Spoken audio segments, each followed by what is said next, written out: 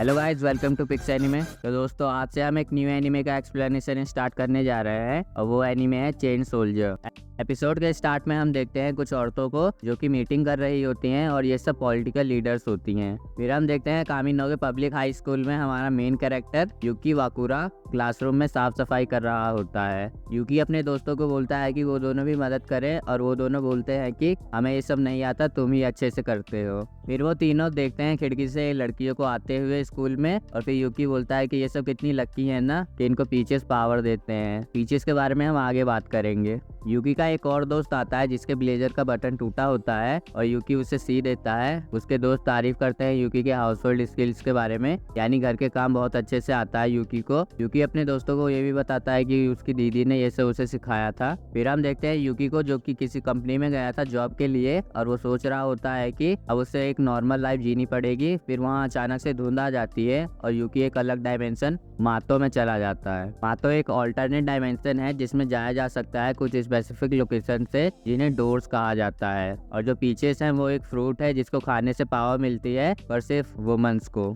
इसलिए अब वुमेन ज्यादा पावरफुल है। और मातो में मॉन्स्टर्स भी रहते हैं जिन्हें सुकी कहा जाता है। यूकी अपने फोन में इंस्ट्रक्शन मैनुअल देखता है जिसमें हमें बताया जाता है कि अगर कोई सुकी नॉर्मल वर्ल्ड में चला जाए या फिर अगर कोई नॉर्मल पर्सन मातो में चला जाए तो इसे मातो मिसहैप्स कहा जाता है। और वो अपने फोन में देखता है कि अगर मातो में कोई नॉर्मल ह्यूमन फंस जाए तो उसे क्या करना चाहिए। पहला, आप जहां हैं वहीं रहिए और डायमंड डिफेंस फोर्स का इंतजार कीजिए। डायमंड डिफेंस फोर्स एक ऑर्गेनाइजेशन है जो कि सुकीस को मारने के लिए है। इसमें वो फीमेल्स होती हैं जिन्हें पावर्स मिली हैं पीचेस से। यूकी वहीं पे खड़ा होता है और उस पर एक सुकी हमला कर देता है। यूकी उससे बच के भागता है पर वो एक डेड एंड पे पहुंच जाता है। वहाँ पे बहुत सारे सुकीस आ जाते हैं और एक सुकी यूकी पर हमला कर देता है पर एक डायमंड डिफेंस फोर्स की ऑफिसर उसे बचा लेती है। उस लड़की का नाम क्योका उजेन होता है और वो लड़ने लगती है सुकी से। क्योको अपने आप को इंट्रोड्यूस करती है यूकी से और बताती है कि वो कमांडर है डायमंड डिफेंस फोर्स के 7th यूनिट की। क्योका फिर एक सुकी को टच करती है और उस पर कुछ चेन्स आ जाती हैं। क्योका उस सुकी पर बैठती है और यूकी को भी अपने साथ बिठा लेती है। क्योका फिर वहां से जा रही होती है और बाकी के सुकी उसका पीछा करते हैं। फिर क्योका की टीम भी वहां आ जाती है। उसकी टीम में 3 मेंबर होते हैं, हिमारी आजुमा,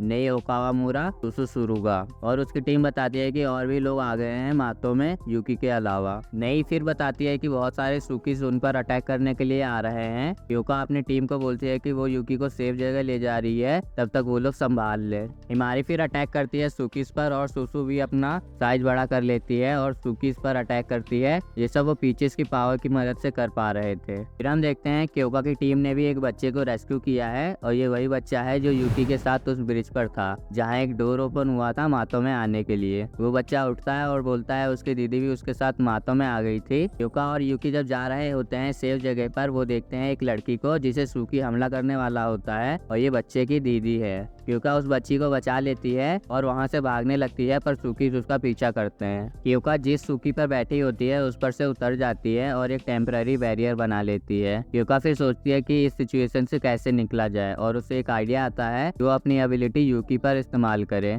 फिर क्योका यूकी को बोलती है कि आज से तुम मेरे स्लेव हो और वो अपनी उंगली उसकी तरफ बढ़ाती है और जब यूकी उसकी उंगली को चाटता है तो ट्रांसफॉर्म हो जाता है क्योका के स्लेव में। क्योका की एबिलिटी का नाम है इटर्नल चेन स्लेव। क्योका की टीम भी वहां आ जाती है और वो देखते हैं यूकी को स्लेव के रूप में। फिर क्योका उस बच्ची को लेकर यूकी पर बैठ जाती है। फिर यूकी सुकी को मारने लगता है और वो बहुत पावरफुल हो चुका था। क्योका उस बच्ची को उसके छोटे भाई के पास ले जाती है। फिर जो सुकीस को यूकी ने मारा था वो सब एक दूसरे से जुड़ के एक बड़ा सा मॉन्स्टर बन जाते हैं। क्योका फिर यूकी पर बैठती है और वो उस बड़े से सुकी को हरा देते हैं। क्योका फिर अपनी टीम को बोलती है कि वो लोग चले जाएं डॉर्म में, उसे यूकी से कुछ बात करनी है। फिर क्योका यूकी को किस करती है और बताती है कि अगर उसका स्लेव एक काम करेगा तो उसे उस स्लेव को इनाम देना होगा। और ये भी बताती है कि वो जब सुकीस को स्लेव बनाती थी तो उन्हें मीट देती थी इनाम में। क्योका फिर उसे किस करने लगती है।